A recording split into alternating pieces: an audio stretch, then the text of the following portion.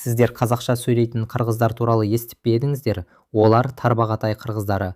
Қытайдың Шыңжаң ұйғыр автономиялық ауданында, соның ішінде тарбағатай аймағында өмір сүретін өте ерекше шағын этнос. Олардың тарихы қандай және қазіргі жағдайы қалай? Кеттік. Елдерге мазамда мен қайсылсың деді ала. Қайсылсың екеніңді халыққа түсіндіріп айтпайсың ба?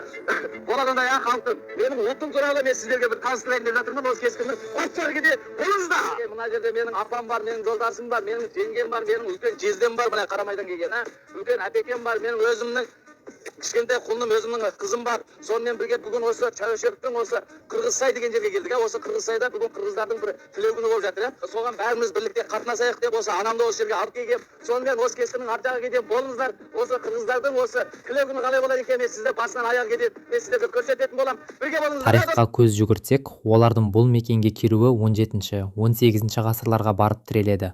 Жоңғар хандығы күшейіп тұрған шақта олар Енисей мен Алтайдан, сондай-ақ Тянь-Шаньнан қазіргі тарбағатай өміріне күштеп көшірілген. Діні қазір ламаизм бағытын ұстанады. Тілі, ең қызығы тілі. Ғасырлар бойы қазақтар мен қоян қолтық араласа өмір сүргендіктен олардың ана тілі толығымен дерлік қазақ тіліне ауысқан. Бүгінде тарбағатай қырғыздары таза қазақ тілінде сөйлейді. Қазақтың салт дәстүрін, жыр дастандарын жатқа біледі. Тіпті оларды сырттай қарап қазақтан ажырату мүмкін емес. Саны мен жағдайы. Қазіргі таңда олардың саны шамамен 2-3 мың адамның төңірегінде. Қытай үкіметінің ресми құжаттарында олар қырғыз ұлты ретінде тіркелген. Дегенмен мәдениеті, тұрмыс тіршілігі және дүниетанымы жағынан олар жергілікті қазақтармен толықтай бірдей. Олар негізінен мал шаруашылығымен және егіншілікпен айналысады. Елдік мына Қырғызсайына, сонымен осы алып отырған менің екі әпекем болады. Олай жер, қайсы ұлт боларсыз? Қырғыз ұлты. Ой, қырғыз екен міне. Мына жақта міне чәнелер. Бүгін қандай қимыл болып жатыр осы халқымызға бір қысқаша түсіндіріп қойсаң. Бүгін болса мына қырғыз ұлтымыздың дәстүрлі әкелген мерекесі болып жатыр. Осы ортада аспаннан жаудырып жерден өндір деп өзіміздің ұлтымыздың салт санасы бойынша бір үлкен мерекені атап жатырмыз.